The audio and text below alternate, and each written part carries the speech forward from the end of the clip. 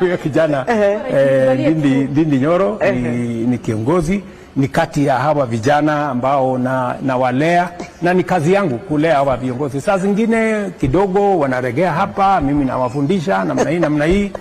Hawa kina Kimani Ichungwah, kina hawa vijana wengine wadogo hapa na wapanga wetu wa heshima. Siku ya leo ni Honorable Engineer Oscar Sudi.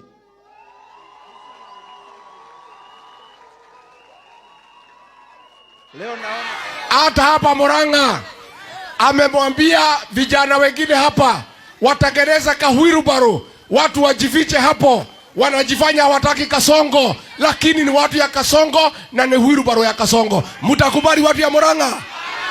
Now, ladies and gentlemen, it is a conversation that has been ongoing on social media for some time, revolving around the President William Ruto's projects that are in the Mount Kenya region to divide the votes of the Mount Kenya region.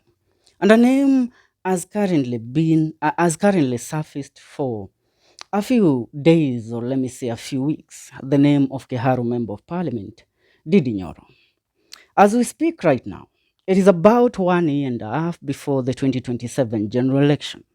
The politics within the opposition seems to be taking shape for the best, as the candidates within the opposition seems to be joining hands towards one goal, and that is making sure that President William Ruto serves as a one-term president by 2027. But to our surprise, some key political figures seems not to have made their mind ahead of the 2027 general election, which brings up the question, what is their endgame? One of the most important figure in the current circles of criticizing the Ruto's government is none other than the Kiharu MP, NDIDI NYORO. He has been so vocal lately against the current regime spree in borrowing debts and securitization of different government entities. Today, Nyoro graduated with a master's in arts and economics, and he never missed the point or the opportunity of putting his ones out there by calling out the current regime of President William Ruto, which begs the question, why the fence sitting and failing to align themselves with the united opposition who have a clear goal of replacing the Ruto's regime in 2027. Now here, allow me to go back in history. Here we are going to crack down on NDIDI NYORO's behavior and engagement for the past 1 year that will blow the cover on his face on where his alliance lies and what the endgame of NDIDI NYORO's political career is. Going back to about 8 months ago, a secret meeting was held between some key political figures within the circles of President William Ruto, and this meeting was held secretly in a hotel in Nairobi. The man who had called the meeting is none other than the Kapseret Member of Parliament, Oscar Sudi, and Farouk Kibet. Also in the meeting was Majority Leader Kimani Ichungwah. Kimani Ichungwah, it happened that after this meeting, his voice in criticizing NDIDI NYORO cooled down, and his sentiments against NDIDI NYORO's ambition and against NDIDI NYORO's attack against the current regime swindled, and I mean they dwindled, not swindled, they dwindled down, and he stopped criticizing NDIDI NYORO for what he was doing by calling out the government of William Ruto. The meeting happened before Ruto's visit in the Mount Kenya region, where Ruto himself revealed that NDIDI NYORO is his political son and ally. Among the MPs that were invited to the said meeting 8 months ago, who were not among the praise and worship team of President William Ruto was none other than NDIDI NYORO and Mumias East MP Peter Kalerwa Selassie.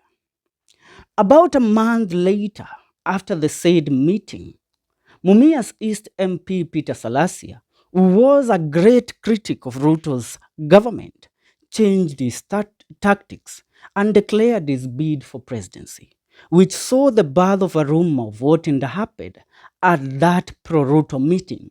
It was exposed by one blogger and a government critic, Maverick Aoko, that SALASYA was funded by millions and millions of money by Oscar Sudi and Farouk Kibet to launch his bid for president to divide the Mulembe votes and fight the rising influence of anti-Ruto politics in Western Kenya, which then the goal was to prevent the rise of the Tawe movement led by the Trans Nzoia Governor George Natembeya.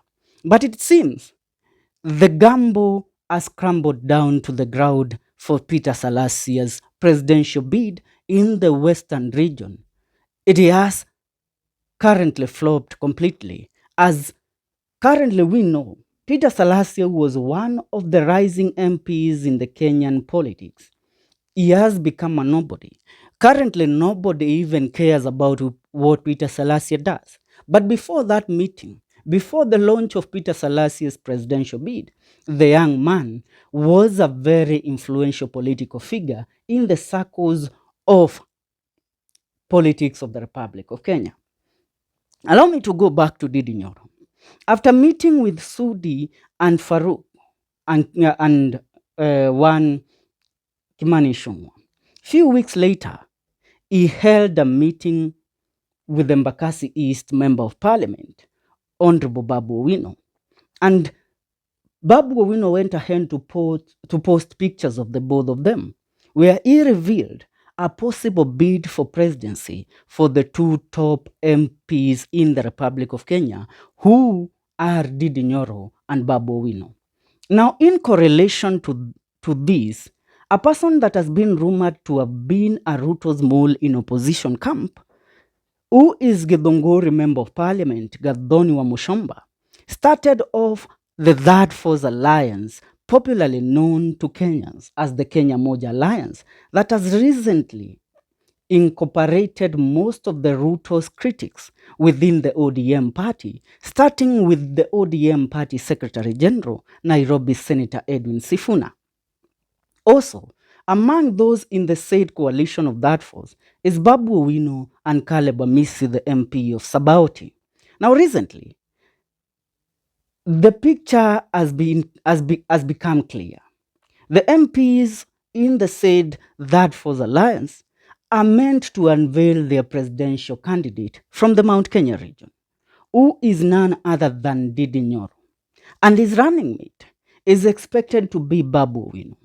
Among the others said to join the said team is Murang'a Governor Irungu Kang'ata, who has also been fence-sitting, not speaking on his allegiance or where his loyalty lies within the government of William Ruto or within the opposition.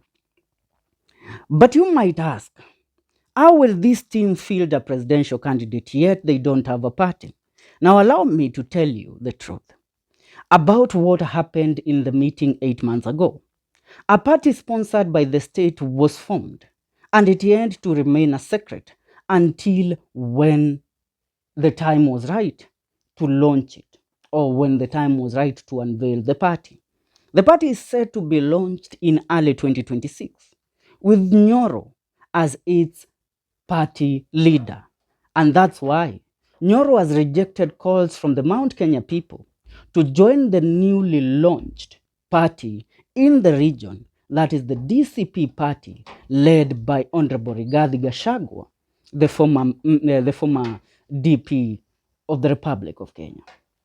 Now, the newly launched party, speaking about it, NDIDI NYORO work currently is to position himself as a voice of reason in the Mount Kenya region politics by criticizing Ruto's way of running the economy, which will help him garner more votes from the Mount Kenya region, denying Gachagua of taking a chance of taking the Mount Kenya region and the Mount Kenya voters to the ballot box as a united front, giving Ruto a chance at the presidency for the second term in 2027. But you might ask, Why should Ndindi Nyoro do this? Yet he knows he will lose the election in 2027. It is because Ruto has promised to rally his support behind him come the year 2032 for presidency. Another thing that you should realize, Ndindi Nyoro and William Ruto are partners in business. They are partners in the KPLC company, where they are the biggest shareholders of the said company, the Kenya Power Limited Company. Apart from the Kenya Power Limited Company, another business that William Ruto and Ndindi Nyoro are partners is in shareholding in the current KCB Bank, the Kenya Commercial Bank, the Commercial Bank of Kenya, the KCB. So William Ruto and Ndindi Nyoro are business partners. And for the longest time, Ndindi Nyoro and William Ruto have been working together. Ndindi Nyoro suffered so much for supporting William Ruto in the 2022 general election, where he was arrested several times. He was humiliated by the regime of the then President Uhuru Muigai Kenyatta. And that is why you might ask yourself, why is this man sitting aside and not declaring his allegiance? He is not involving himself either with the united opposition or with the government openly. You all know, in 2022, during Ruto's search for a possible running mate, Ndindi Nyoro was voted by Ruto's team as the most preferred deputy presidential candidate to deputize Ruto. But Ruto, in his own wisdom, chose Gachagua, knowing that Nyoro had a great political future in the elective politics of the Republic of Kenya. Something Ruto himself confessed publicly in a public interview. Even after Ruto won the election in 2022, many expected Ruto to pick Ndindi Nyoro for an executive role, either as a cabinet secretary of Interior or as a cabinet secretary of Treasury. But Ruto said he had plans for Ndindi Nyoro in the elective politics in the future, and that is why he couldn't waste Ndindi Nyoro's skills for a cabinet role. And now, seeing things fall apart in the Mount Kenya region after the impeachment of Rigathi Gachagua, where there was a banter before Gachagua was impeached in the Mount Kenya region, where many accused Rigathi Gachagua of fighting Ndindi Nyoro for Ndindi Nyoro having ambitions of trying to become the kingpin of the Mount Kenya region, where many had thought that if possible, Ndindi Nyoro could become the deputy presidential candidate for William Ruto in 2027. That is when William Ruto, realizing that Gachagua now, after impeaching him, Gachagua had become so influential in the Mount Kenya region and everybody was rallying behind Gachagua, that's when Ruto called Ndindi Nyoro to lay out a new strategic plan that actually brought Nyoro into the said plan. And that is why Nyoro will never, as I say right now, join Rigathi Gachagua nor the united opposition politics. And that is why, realizing the plan, Gachagua recently took a step further.